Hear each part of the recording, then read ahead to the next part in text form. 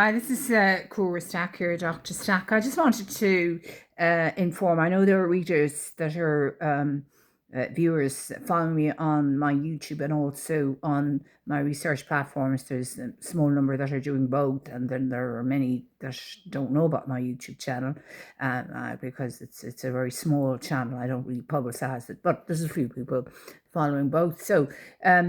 So what I'll just summarize what the data is saying about the research. So at the moment, my research is reaching a very wide international audience in academia.edu, where I'm currently in the top 1% for global reach, something I never expected. I never in my life expected that I would reach this level, because for many years I was in a largely teaching only kind of institution where pure mathematics was not a priority. And I've come out many times and said that SFI have not prioritized pure mathematics in Ireland, and you can see that from what their priorities are. And it's a hugely important subject, and I'm so delighted that I've managed to survive in spite of their incorrect priorities, in my opinion. What interests me most, however, is not poor priorities or unfair priorities, unjust. What interests me most, however, is not simply which individual paper happens to be at the top of the list. It's the pattern across the work that people are choosing to read. So several strong themes are emerging. One is what I call the constitutional blind spot. The research asks the deceptively simple question: what happens when a serious constitutional problem exists, but the legal system cannot examine and correct it before the event becomes irreversible? Now, having listened to a lot of the discourse from major world authors and prize winners on the decay, there are very serious concerns about the decline in democracy over time. It seems to me that they have certainly diagnosed the problem, but this here could be a potential solution. And this could be a potential reason for that decay, that constitutional challenges are being routinely shut down. And this has created an imbalance and a power imbalance, which has created more power being centralized over time, because challenges are being shut down in this way, in the way I was shut down. And perhaps I'm just one person that's able to spot why, because of perhaps where I was put on the eve of the presidential election, because I'm a mathematician, and I'm a pretty, you wouldn't want to mess with me. Anyway, we'll leave that to what we decide, but it was the challenge to try and figure it out.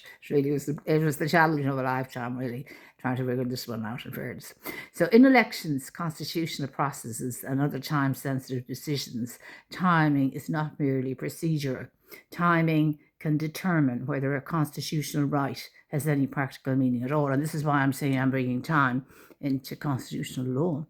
That leads directly into another major strand, my work on acts of omission. But really, the major contribution, I think, theoretically here is the recognition of the constitutional blind spot and the theory around that I've developed, and also the follow-up theory on constitutional maintenance, coherence, and continuity. But that all follows from, we'll say, the original concept of the recognition, or the identity, how I identified the zone, if you like, the constitutional blind spot. To me, this is a major discovery, and I'm absolutely excited about it. And I think it really will answer, or is a potential answer to the question in constitutional democracies, why constitutional democracy is declining over time, and why power is becoming more and more centralized, because challenges like myself are being treated the way they have been treated. And I'm just one person in how many million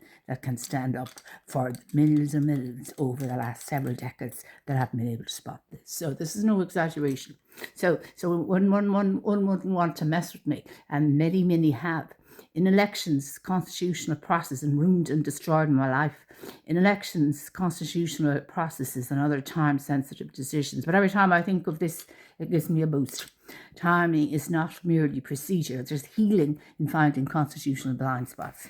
Timing can determine whether a constitutional right has practical meaning at all. That leads directly into another major strand of my work, acts of omission. Institutions are usually scrutinised for what they actively do, but sometimes the most important exercise of power or abuse of power lies in what they fail to do, failing to investigate, failing to preserve evidence, failing to ask necessary questions, failure to identify conflicts of interest, failure to correct inaccurate information, failure to interview witnesses, failure to intervene before an injustice becomes irreversible. This connects very closely with my work on protective disclosures and whistleblowing protection. A legal framework can appear impressive on paper. It can contain procedures, designated persons, reporting channels, and statute. But it looks on the outside, the book, don't judge a book by its cover. Well, obviously, that's something I don't do. But the real test is what happens after someone speaks up. Is the disclosure properly investigated? Is the evidence examined? Are the relevant witnesses interviewed? Are conflicts of interest addressed? Is the whistleblower genuinely protected, or indeed are they penalised? And crucially, what happens when the institution simply does not act? And this is why I've written what I've written about when I describe as the protective disclosures blind spot. Another recurring theme in my research is access to justice. I suppose this would be one of the biggest themes, really, access to justice. Rights are not enough if people cannot realistically enforce them. A constitutional right, an employment protection, a safeguarding principle, or a statutory remedy may exist formally, but the deeper question is whether an ordinary person can actually obtain a meaningful remedy when it matters. My work on procedural reframing examines a related problem, whether the way a dispute is characterised can determine whether the underlying substantive issue is ever examined at all, and that's highly connected to the sequences of events which led me to. It's a critical part of the constitutional blind spot, the whole technique of procedural reframing. This is also a growing strand of my research concerned with institutional power and governance. My work on hidden administrative burden in higher education asks what happens when organisations, this is very widely read as well, organisational structures expand, accountability again becomes fragmented, and those delivering the core work of an institution, I call those the frontline workers, increasingly carry administrative burdens that are difficult to see and measure. Again, the underlying theme is power. Who makes decisions? Who carries the burden? Who is accountable? And what happens when responsibility becomes so fragmented that nobody appears responsible for the final outcome? Artificial intelligence has now become part of this wider research programme. My work on AI, acts of omission, and constitutional governance asks how these older questions of accountability translate into an age in which important decisions may increasingly involve automated systems. I mean, I'm very on the fence with regard to AI, and I feel we really have to be very careful about how we move forward.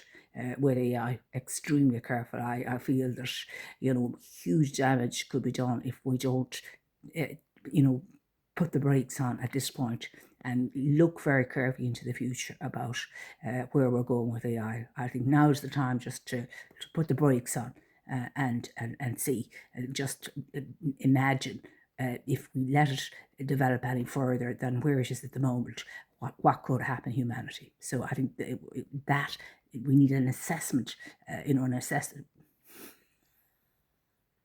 independent report. So will we ask KPMG to do it? I wonder.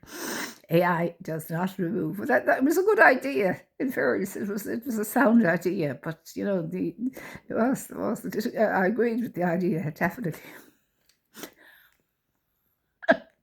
Anyway, you have to laugh sometimes. AI does not remove the need for accountability. It may actually make, you say, great minds think alike, isn't that what they say? It may actually make identifying responsibility more difficult. Who's responsible? I don't know how I can laugh with the life I've lived. If anybody knew how difficult it was and how difficult it was made, and now here I'm developing constitutional blind spots, on top of the world, inverted commas. Who is responsible when an automated system contributes to an important decision? Who examines the data? Who challenges the assumptions? Who intervenes when the system is wrong? And who is accountable when everyone involved claims that somebody else was responsible? I'm also examining the effects of AI on graduate employment and the first rung of opportunity. Now, this has been very widely read, and I'm hugely concerned about this. If entry-level jobs begin to disappear because organisations automate tasks previously performed by graduates, we need to think beyond productivity.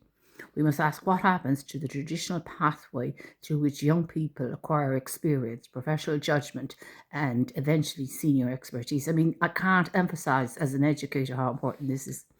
Alongside this works are projects on safeguarding, parental alienation, literacy, education, family law, psychology, and institutional behaviour. And also I have a very good paper on coercive control and employment blind spot, which I think is very novel as well. Where is coercive control in employment law procedures? These may initially appear to be separate subjects, but increasingly I see them as part of the same research question. How do systems respond when power becomes concentrated, accountability becomes weak, and the person affected has difficulty obtaining an effective remedy or even access to justice? That is the thread connecting much of my recent work. Constitutional law, protective disclosures, whistleblowing protection, access to justice, artificial intelligence, institutional governance, higher education, safeguarding, psychology, and organisational behaviour. The disciplines are different, but the underlying questions repeatedly return to power, accountability, omission, institutional responsibility, and access to meaningful remedies. The fact that several papers dealing with a constitutional blind spot and protective disclosures are repeatedly appearing among my most read works suggests that these questions are resonating well beyond any one individual case, country, or institution.